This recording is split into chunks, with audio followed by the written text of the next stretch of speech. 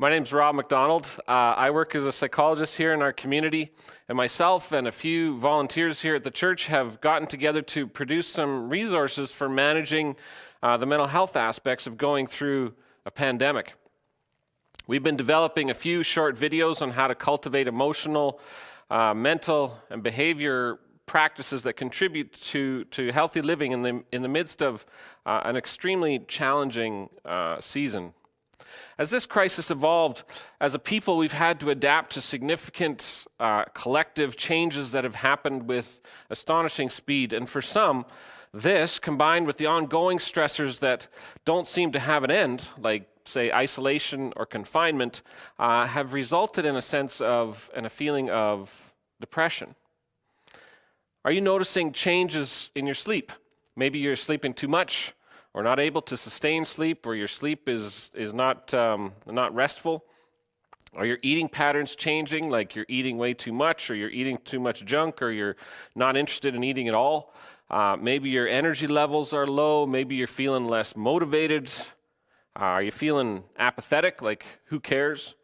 You feel like giving up, feeling like nothing matters anymore, or maybe even that you don't matter anymore.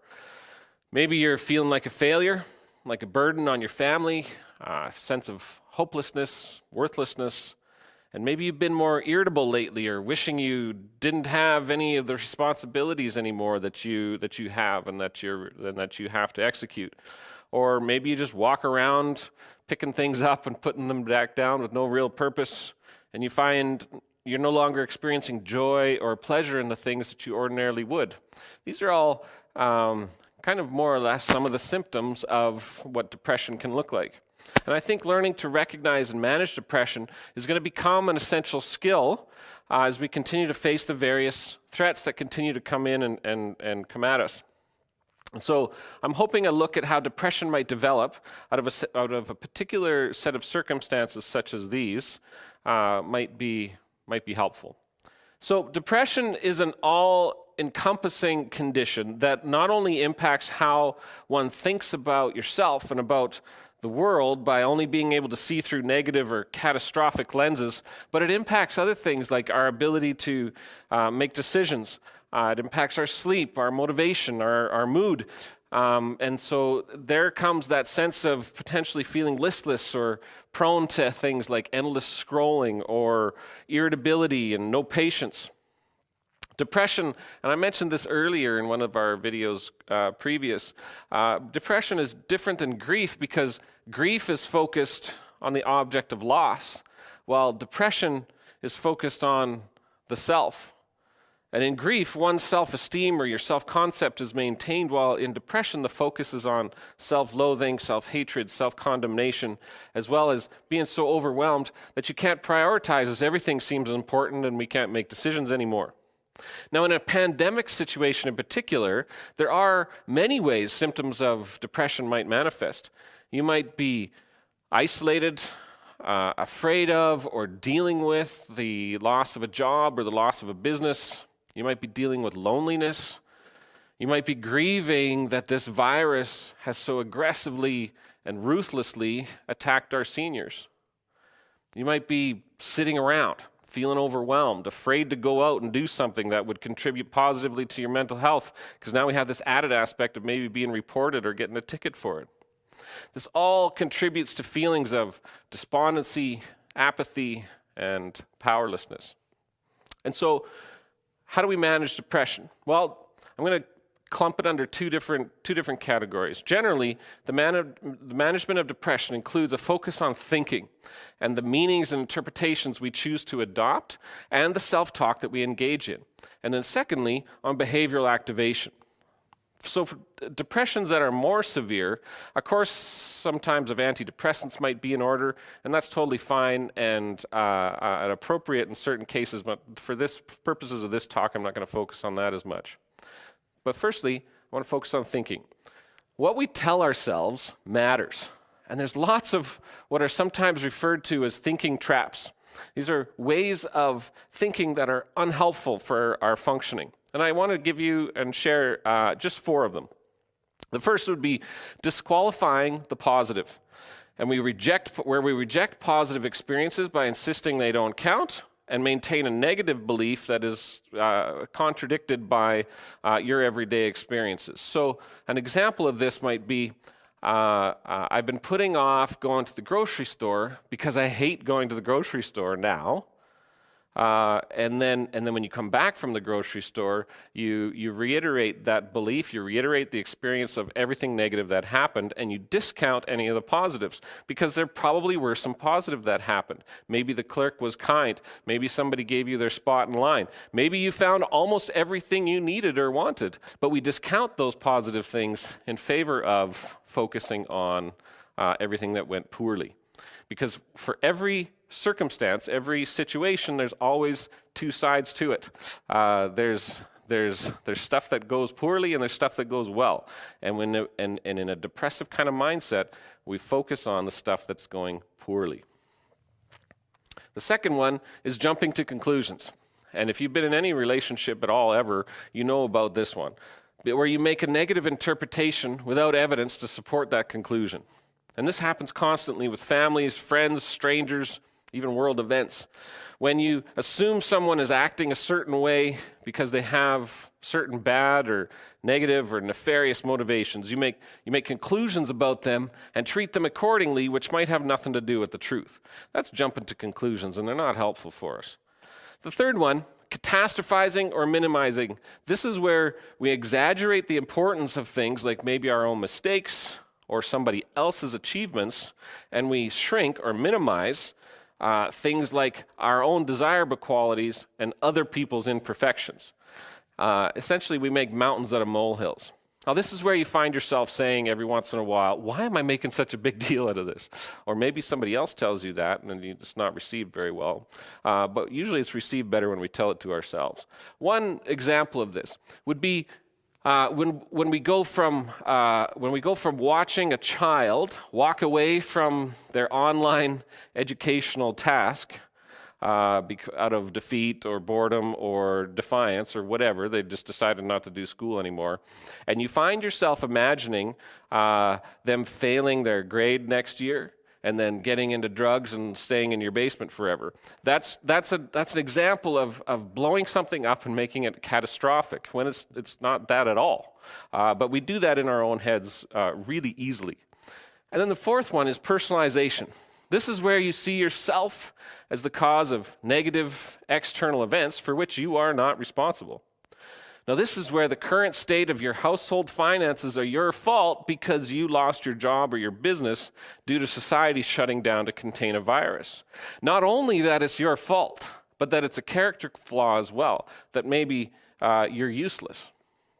And this is where you allow those negative thoughts about yourself to settle in, like, I'm useless, I'm worthless, I'm a burden on society, I'm unemployable. Or sometimes that goes even further into dangerous territory, such as maybe my family would be better off without me because I'm such a failure.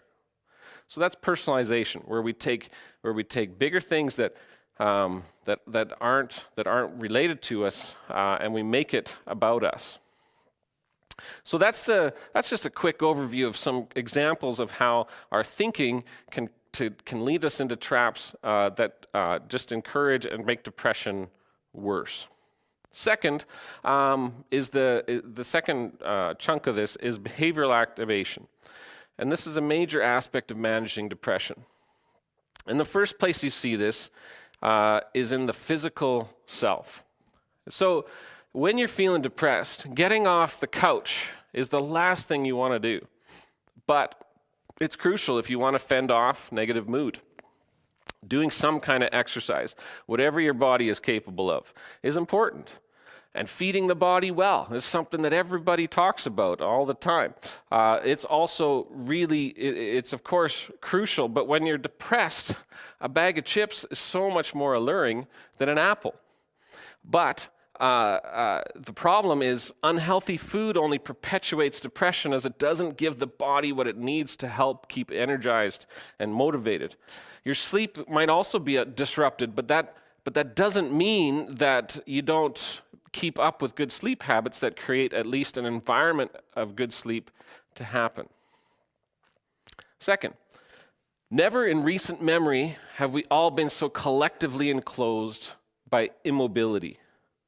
We've lost what Basil van der Kolk refers to as the physical sense of agency, that ability to get up and do something. Our bodies naturally want to be active, to do things, and in this context, we're having to discover new ways of making this possible. And in the case of depression, getting the body active and doing things is extremely important, as it gives a sense of accomplishment and purpose, which is what we need. So what we're talking about here is projects, taking care of things, generating and participating in activities, making little plans. Now, these might be all, in this context, really small and ordinary, and maybe you don't think they're very, very meaningful, like maybe planting a flower or building something out of Lego or cleaning the garage or taking care of a pet, as opposed to something big and flashy like taking a trip. But the emotional payoff is the same. So getting kids and yourselves engaged in little projects, little games, activities, acts of service can really stave off that sense of listlessness and meaninglessness. Third, we can create predictability where predictability was lost. Now before, your calendar might have been full with all kinds of things going on, going here and there and everywhere, but right now, you might have to be more intentional about creating schedules, about getting your daily routine activated, like showering, getting dressed, making meals on a normal sort of basis instead of just staying in your Saturday morning pants all day long. Now also consider how to schedule into your day opportunities for connection and sharing. That sense of predictability is important for our own sort of sense of what's coming and confidence and security in the world. Now fourth, the potential in this pandemic context to zone out and to find ways to numb our uncomfortable feelings is high.